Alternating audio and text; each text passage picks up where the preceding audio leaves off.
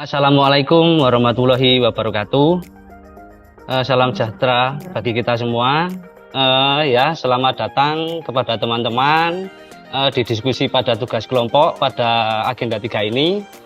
Perkenalkan, nama saya Nawaf Ramiko selaku moderator, dan juga saya akan memperkenalkan anggota kelompok kami. Yang pertama yaitu Mas Riko dari Kantor Peternakan Kabupaten Sleman. Halo Mas Riko.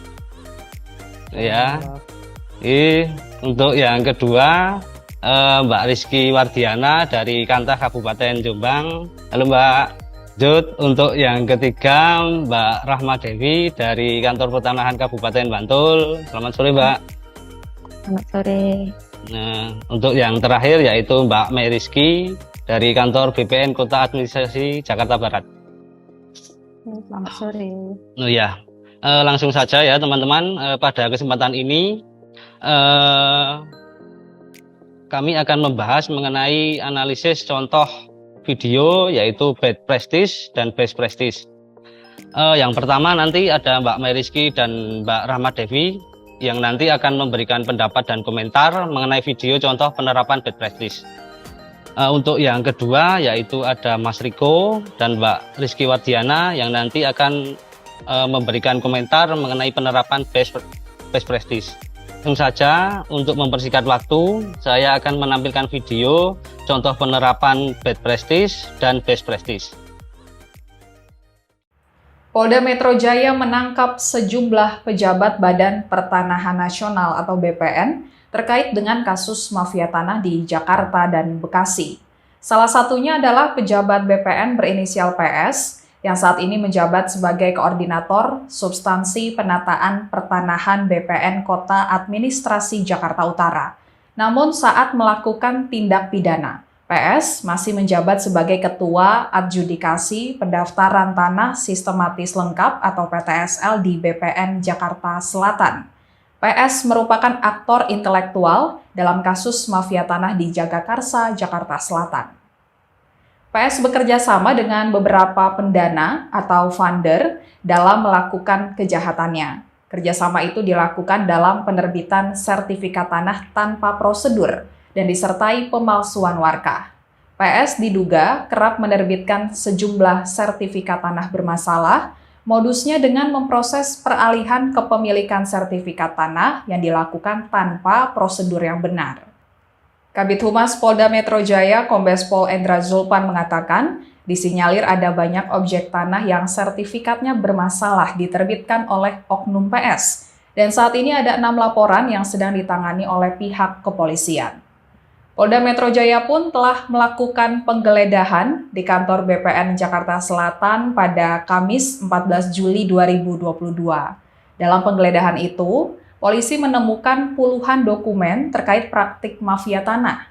Polisi juga menemukan sertifikat tanah yang tertahan hingga 3 tahun lamanya. Kemudian penyidik menemukan peralatan sederhana yang digunakan oleh para tersangka dalam proses peralihan sertifikat tanah milik warga secara sepihak. Kanit 1 Subdit Harda di Treskrimum Polda Metro Jaya, AKP Mulia Adimara menjelaskan, alat yang digunakan pelaku dalam melakukan aksinya sangat sederhana, yakni cairan pemutih dan cotton bud untuk mengganti data-data penting dalam sertifikat PTSL. Setelah dihapus dengan cairan pemutih dan cotton bud, kemudian ditimpa dengan ketikan dengan atas nama tersangka lainnya di lembar sertifikat tanah tersebut. Selain PS, kepolisian juga menangkap Kepala Kantor BPN Kota Palembang berinisial NS, yang dipersangkakan atas praktik mafia tanah sewaktu PS bertugas di BPN Kabupaten Bekasi. Tersangka lainnya dalam kasus mafia tanah di Bekasi berinisial RS yang menjabat sebagai kasih survei pada kantor BPN Bandung Barat. Sebelumnya, RS menjabat sebagai kasih pengukuran dan pemetaan di kantor BPN Kabupaten Bekasi. SDM Kementerian ATR BPN sukses menyelenggarakan Soft Launching Corporate University Kementerian ATR BPN yang berlangsung di Ruang Nusantara Gedung PPSDM. Diawali dengan laporan kegiatan oleh Kepala PPSDM, Bapak Agustiarsyah. Tetapi harapannya nanti dengan kita setelah Soft Launching Corporate University, Kita berharap bahwa pelatihan yang diberikan itu adalah untuk peningkatan kompetensi organisasi yang berbasis kinerja. Kita ingin menjadikan organisasi ini menjadi organisasi pembelajar. Lalu penayangan video Korpu dan penandatanganan Deklarasi Grand Design Korpu ATR BPN. Pembangunan agraria dan tata ruang di Indonesia membutuhkan sumber daya manusia yang berkualitas, mampu menyelesaikan permasalahan agraria dan tata ruang yang terjadi selama ini. ATR BPN Corporate University hadir dengan langkah strategis untuk menciptakan budaya belajar organisasi sehingga dapat lebih cepat mencapai visi dan misi Kementerian ATR BPN. Corporate University merupakan strategi pembelajaran Kementerian ATR BPN dalam menyelesaikan permasalahan strategis yang ada melalui pendekatan program belajar organisasi yang sistematis dan menyeluruh, sehingga mendukung percepatan pencapaian visi dan misi Kementerian ATR BPN dalam kerangka proses belajar berkelanjutan sepanjang karir pegawai. Pada perjalanannya, ATR BPN Corporate University dimulai pada tahun 2020 yang diawali dengan inisiasi ATR BPN Corporate University.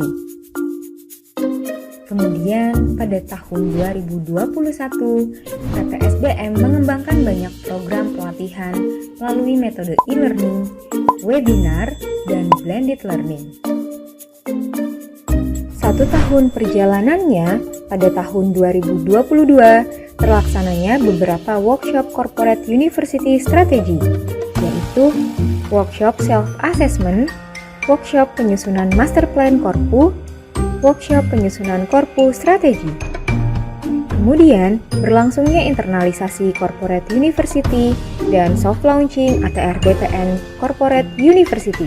Implementasi penyelenggaraan pada ATR BPN Corporate University meliputi penyusunan Learning Roadmap, pelaksanaan Training Need Analysis, penyusunan materi pembelajaran dengan metodologi 10-20-70, pengajaran dan monitoring Action Learning Project, monitoring dan evaluasi, penyusunan manual mutu pembelajaran, dan penyusunan konsep kegiatan Grand Launching.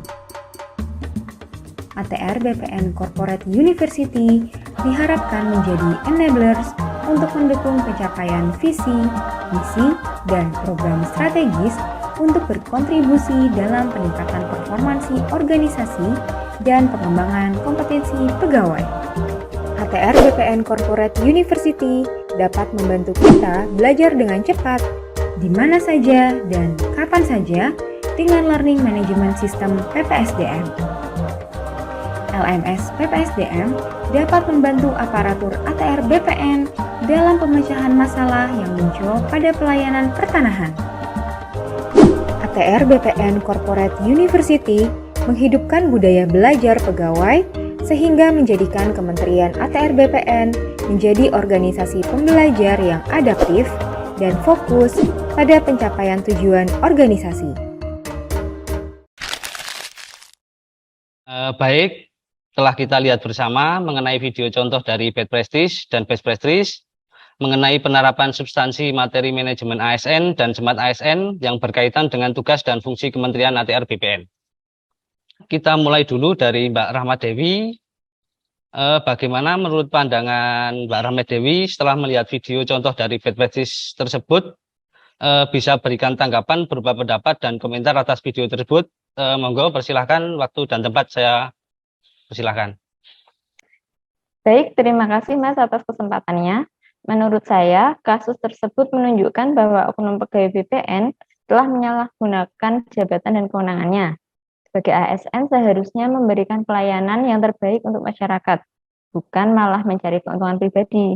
ASN sebagai pelaksana kebijakan publik seharusnya taat kepada peraturan perundang-undangan yang berlaku, bukan seperti kasus tersebut yang malah bertindak seenaknya sendiri, seperti menghapus data-data secara ilegal.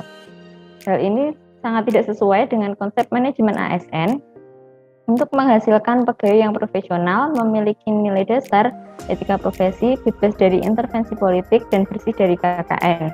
Selain merugikan masyarakat dan mencoreng nama baik instansi, hal tersebut juga menghambat cita-cita terwujudnya aparatur negara yang berkelas dunia. Terima kasih atas pendapat dan komentarnya. Baik, langsung saja monggo untuk dilanjut oleh Mbak Mai Rizky. Monggo waktu dan tempat saya persilahkan. Ya, baik. Terima kasih untuk kesempatannya. Mirip seperti yang sudah disampaikan Mbak Rahmadevi tadi, menurut saya terkait isu tayangan video contoh bad practice tersebut, bisa kita lihat bahwa pejabat-pejabat yang diamankan Polda Metro Jaya tersebut telah menyalahi kode etik ASN dengan menyalahgunakan wewenang yang mereka miliki untuk kepentingan pribadinya, yang jelas-jelas itu merugikan orang lain. Dari isu ini juga bisa dilihat karena belum adanya transformasi digital dalam pembuatan sertifikat tanah yang sampai saat ini masih dilakukan manual. Hal ini itu dimanfaatkan oleh oknum-oknum yang tidak bertanggung jawab untuk memperkaya diri mereka sendiri. Jadi hal ini sebenarnya bisa ditanggulangi dengan transformasi digital seperti sudah saya sampaikan tadi, yaitu dengan pembuatan sertifikat tanah yang digitalisasi. Namun karena saat ini sertifikat tanah sendiri masih dibuat manual, jadi ya bisa ditanggulangi dengan memperketat pengawasan dalam pengerjaannya agar tidak dimanfaatkan oleh oknum-oknum yang tidak bertanggung jawab tersebut. Terima kasih. Ya, baik, terima kasih atas waktunya Mbak Mai Rizky. Pada intinya itu berarti dari pendapat Mbak Rahmadevi dan Mbak Mai Rizky, pejabat BPN tersebut menyalahgunakan kewenangan dan juga menyalahgunakan kode etik sebagai ASN. Sebagai ASN seharusnya memberikan pelayanan yang terbaik untuk masyarakat, bukan malah mencari keuntungan untuk pribadi. Mungkin seperti itu ya, Mbak? Betul. Oh ya. Terima kasih, Mbak, atas pendapatnya yang sudah disampaikan. Sekarang gantian Mbak Rizky untuk menyampaikan pendapat dan komentar mengenai video best practice-nya. Monggo untuk waktu saya persilahkan untuk Mbak Rizky Wardiana. Baik, terima kasih Mas Nawaf atas kesempatan yang telah diberikan. Untuk mengawali penjelasan saya, maka saya awali dengan menjelaskan COPU atau Corporate University. COPU ini adalah istilah yang digunakan untuk mendeskripsikan pengalaman terbaik tentang keberhasilan seseorang dalam menjalankan tugas profesinya. Setelah bersama-sama kita melihat video penayangan soft launching Corporate University ATR BPN, di mana ini merupakan langkah strategis untuk menciptakan budaya belajar organisasi yang bisa mempercepat visi dan misi dari Kementerian ATR BPN itu sendiri. Lalu dengan adanya COPU kali ini, kita bisa belajar dengan cepat dimanapun serta kapanpun dengan menggunakan learning system PPSDM. Menurut saya, langkah ini merupakan langkah yang cepat dan bagus untuk membentuk ASN Kementerian ATR BPN agar lebih adaptif dan juga fokus pada tujuan berorganisasi. COPU sendiri juga sudah memenuhi poin manajemen ASN, yaitu pengembangan karir. Karena Corporate University merupakan serangkaian proses belajar berkelanjutan sepanjang karir pegawai. Terima kasih, Mas. Ya, terima kasih atas pendapat yang disampaikan oleh Mbak Rizky Wardiana. Langsung saja untuk yang selanjutnya, yaitu kepada Mas Riko, waktu dan tempat saya persilahkan. Saya sangat setuju dengan pendapat dari Mbak Rizky. Video tadi sangat mencerminkan nilai dari sumber daya manusia yang karena telah memanfaatkan perkembangan digital dan inovasi dari sumber daya manusia pada PPSDM Kementerian ATR BPN telah mengimplementasikan literasi digital dalam kehidupan bermedia digital, di mana para SDM pencetus inovasi tersebut telah mampu mengelola, memahami, mengintegrasikan, dan menciptakan sebuah inovasi secara tepat dan cepat. Selain itu, adanya Corporate University diharapkan menjadi enablers untuk mendukung pencapaian visi, misi, dan program strategis untuk berkontribusi dalam peningkatan performansi organisasi dan pengembangan kompetensi pegawai. Siap, terima kasih Mas. Terima kasih Mas Riko atas pendapatnya. Terima kasih kepada Mas Riko, Mbak Rizky, dan juga Mbak Mai Rizky, serta Mbak Rahmadevi atas pendapatnya. Kita barusan sudah mendengarkan pendapat dari teman-teman semua. Selanjutnya, perkenalkan saya akan membacakan poin-poin dan inti yang sudah disampaikan. Yang pertama, kita sudah melihat video mengenai bad practice dan juga best practice dari penerapan materi manajemen ASN dan Smart ASN. Yang pada intinya di dalam video bad practice di atas, sebagai ASN yang baik, kita harus mematuhi kode etik serta tidak menyalahgunakan wewenang. Dan juga sebagai ASN harus memberi pelayanan terbaik untuk masyarakat. Dan yang selanjutnya yaitu pada video best practice, ya pada intinya dengan launchingnya Crop University ini, harapan baru bagi Kementerian Agraria dan Tata Ruang untuk bisa menjadi lebih baik dan lebih memudahkan para pegawai yang ingin menggali ilmu lebih dalam. Baik, kesimpulan yang saya bacakan barusan adalah sekaligus penutup dari rangkaian video konferensi hari ini. Selanjutnya, apakah Mbak atau Mas semua ada yang ingin lagi disampaikan? Dari saya cukup, Mas. Oh, cukup. Dari yang lain? Oh iya. Cukup. Oke ya, terima kasih ya. Saya selaku moderator. Kalau begitu saya ucapkan sampai di sini. Terima kasih atas waktunya dari teman-teman semua. Semoga saya selalu dan dapat menjadi contoh sebagai ASN profesional yang berakhlak, yang bangga melayani bangsa. Billahi taufik wal hidayah. Wassalamualaikum warahmatullahi wabarakatuh. Waalaikumsalam. Waalaikumsalam.